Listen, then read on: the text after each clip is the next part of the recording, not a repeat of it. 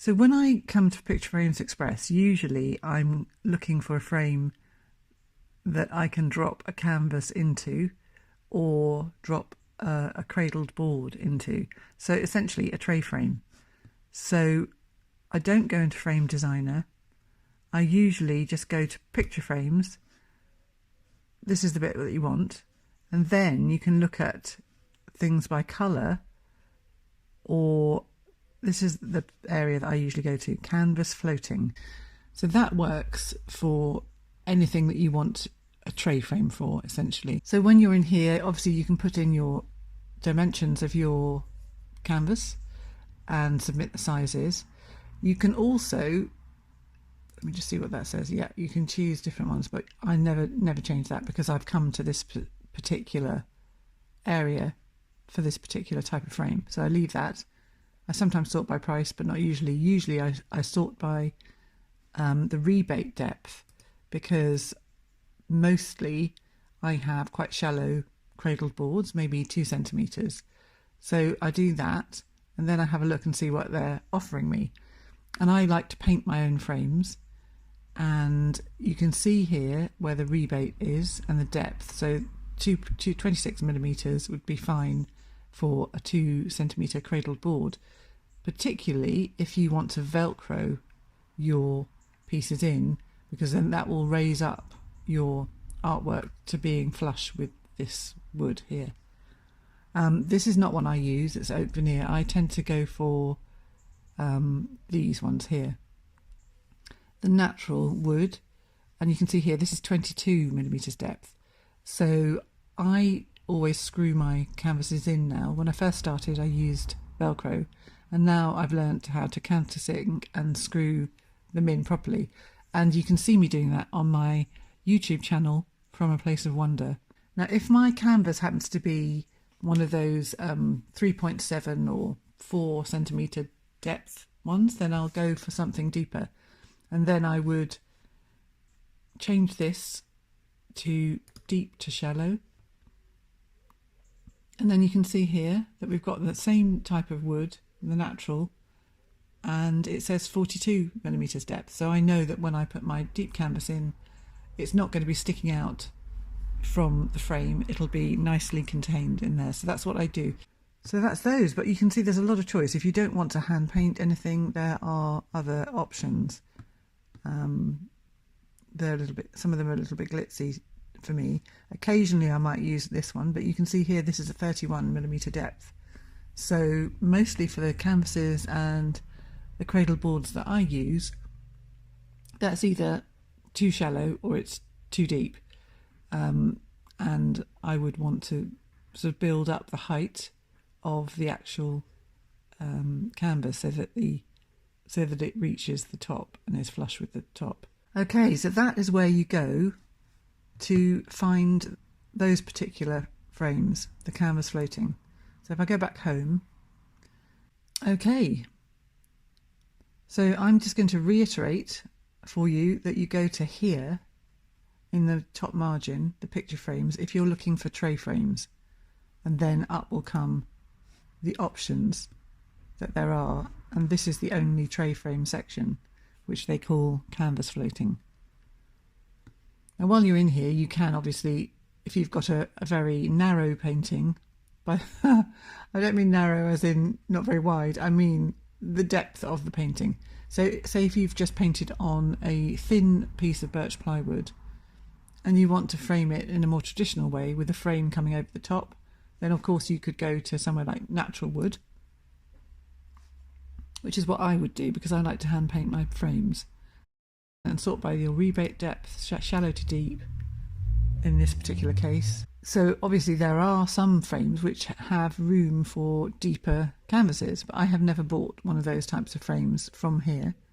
What I usually buy is something a bit like this that has a depth of maybe 9 millimeters, and that gives me enough height behind the frame to fit a canvas board in, and then it comes with sort of little black clips which you just fold over, and then you can also order, I'll just show you actually, if I click on this one, I say frame only, that's sort of what it looks like, so you can see that. Okay, so as you can see, they automatically add in the plexiglass that you might want if you were framing something that was on paper. They include the MDF backing board, which you would put behind your artwork, and frame to hang. Frame to hang is this. Unfortunately, they always put these epoxy hangers on the back of the MDF. You don't get a choice to remove them. But I would always choose that because I want the fixings and the string. If you've already got a huge roll of string and you've got plenty of these, then you could just remove that. So just go remove and then press yes, and you don't have any hanging kit. You can also choose backing card if you want to. They don't add that automatically, so that would just give your artwork a little bit more protection from any acid that might be in the MDF backing board. Stand back, I'm not sure what that is. Oh, it's this. Right, we definitely don't want that. Hang on. Close. So I would not add that. Backing card, again, you could choose if you wanted to have that. I'm just going to have a look here because I put no hanging kit, and they've obviously just added it in, I think, again. Yeah, they have. Just to double check that you really don't want it. But it is important to come into this bit because as quite a few times I've set my prices, because quite a few times I've set my dimensions for a frame like this in the earlier stage, the previous step, and then I've just added it to basket, and I hadn't realised that it had added in all these things. So I've got a few bits of plexiglass that I paid for that I didn't need, which is a bit annoying. So always come into here just to check what's included and remove anything you don't want, and then you can press next step, and it shows you what you've got and how much things are, and then add to basket. And I haven't bought enough here. The delivery is extra, so it does mount up, but what you find is if you ended up ordering maybe 10 frames or something like that, multiple frames usually result in 10% discount across everything. And it's automatic. It doesn't matter how many times you've shopped with them before. So that's good. Right, I'm going to go back now to home, and I'll just go to picture frames again, go back to the natural wood, because I wanted to show you exactly which ones I use. I'm just going to scroll down and show you, because I actually do use ones that maybe you might consider quite old-fashioned, like this, but they're fairly simple, and you can get, and I like the fact they're quite wide personally. You can get narrower ones, but ultimately everybody's got different taste in framing, so you really can only please yourself. And this one's quite wide. Let me put a reasonable size picture, so say 50 centimetres by 50 centimetres, and they always work in millimetres here. Submit sizes, and I'm going to go by frame width, wide to narrow. You see, that's the widest one, and then if I press customize, that's what I would do. See, you can see this is the bit it's important to go to. So press customize, and then you can make sure that you've selected no mount required, but you can then see exactly how it looks. And for me, I think that that is a really nice proportion for a painting that's 50 centimetres by 50 centimetres. It makes it a bit more substantial. And right now, as you probably all know, I've just curated an exhibition, and in the Point Contemporary in Cromer, there's one wall that's all cobbles, and I've hung some paintings that, not just mine, but other people's, that have got a wide white frame, because that really looks good on the cobbles. I hung my large unframed canvas on the cobbles when I first got there, just to see what it looked like, and it got completely lost because it didn't have a frame, and it looks fantastic on the white wall, but it looked awful on the stony cobbles. So I think a frame like this has its place, definitely. It's not an overly ostentatious frame, I feel. So next step, it comes with plexiglass. I wouldn't want that if I was framing a canvas. This is a frame that I'd use for a thin canvas. So I'd remove that. I would keep the backing board, and I'd keep the frame to hang, and then just check that down here. I don't want either of those, so I'll just go next step, review and buy, add to basket. And there you can see they're fine with me having those two frames.